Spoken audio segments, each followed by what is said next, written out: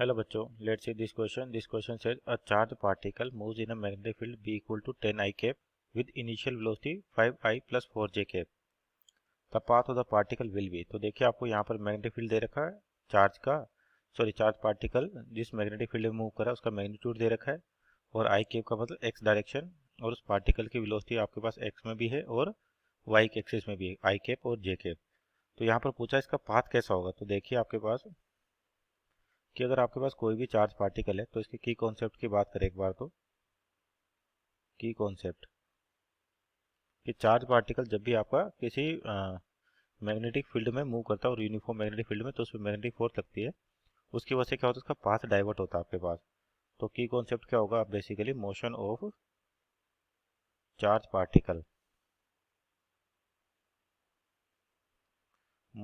Charge particle in uniform magnetic field.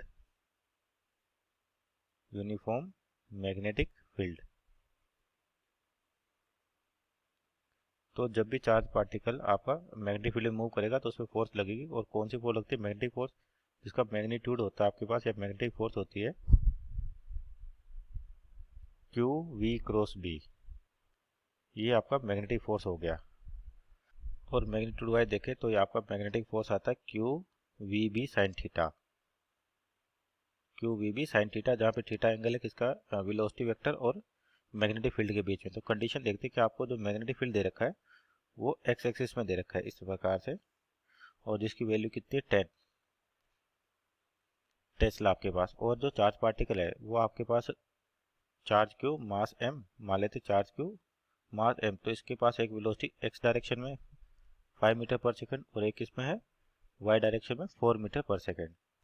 तो देखिए आपके पास यहाँ पे फोर्स की बात करते हैं तो अलोंग मैग्नेटिक फील्ड बात करें, अलोंग मैग्नेटिक फील्ड यानी कि वेलोसिटी कितनी 5 मीटर पर सेकंड और मैग्नेटिक फील्ड भी आपका इसी डायरेक्शन में, तो थीटा की वैल्यू क्या हो जाएगी 0 डिग्री.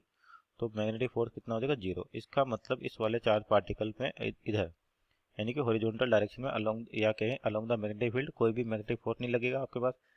लेकिन जो परपेंडिकुलर टू मैग्नेटिक फील्ड देखते हैं, परपेंडिकुलर टू मैग्नेटिक फील्ड, तो आपको कितनी देर की वेलोसिटी 4 मीटर पर सेकंड और जो थीटा होगा यहाँ पर ये केस कितना हो जाएगा 90 डिग्री. तो जो मैग्नेटिक फोर्स लगेगा आपके पास होगा क्यू वी बी. और जब v और b एक दूसरे के परपेंडिकुलर होते हैं, जो पाथ होता है आपका वो कैसा होता है, यूनिफॉर्म सर्कुलर मोशन. कि जब भी आपके पास वेलोसिटी वेक्टर और मैग्नेटिक फील्ड परपेंडिकुलर होते हैं तो पाथ कैसा होता है, यूनिफॉर्म सर्कुलर मोशन. अब देखिए इसका मतलब 4 मीटर पर सेकंड के कारण ये पार्टिकल क्या करेगा, आपके पास सर्कुलर मोशन करेगा. लेकिन हॉरिजॉन्टल में देखें यहाँ पर वेलोसिटी है 5 मीटर पर सेकंड और इधर कोई मैग्नेटिक फोर्स नहीं आ रहा है. इसका मतलब 5 मीटर पर सेकंड आपके पास चेंज नहीं होगी, कांस्टेंट रहेगी आपके पास. और इस वेलोसिटी से पार्टिकल आपका हॉरिजॉन्टल मूव करता रहेगा. साथ में 4 मीटर पर सेकंड के कारण क्या हो रहा है, ये सर्कुलर मोशन कर रहा है, यानी कि आपका सर्कुलर मोशन भी हो रहा है प्लस वेलोसिटी भी आपके पास हॉरिजॉन्टल डायरेक्शन में. तो पार्टिकल इस तरह से हेलिकल पाथ लेता है आपके पास. और यहाँ पर देखें तो इसकी रेडियस क्या रहेगी आपके पास, r equal to M V upon B Q. तो वर्टिकल में आपके पास वेलोसिटी चेंज हो रही है, यानी कि रेडियस की वैल्यू भी सेम रहेगी. मीन्स हर सर्किल जो भी बनेगा, साइकिल जो भी बनेगा, उसकी रेडियस क्या रहेगी, सेम रहेगी.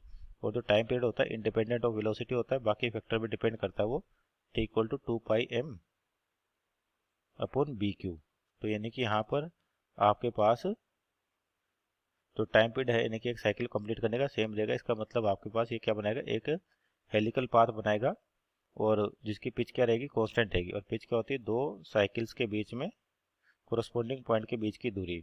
तो पिच क्या रहेगी, कांस्टेंट रहेगी. तो आपका जो पाथ होगा वो कौन सा होगा, हेलिकल विद कांस्टेंट पिच. तो ऑप्शन देखें यहाँ पर, तो option number C is our right answer. Hope you understood well. Best of luck.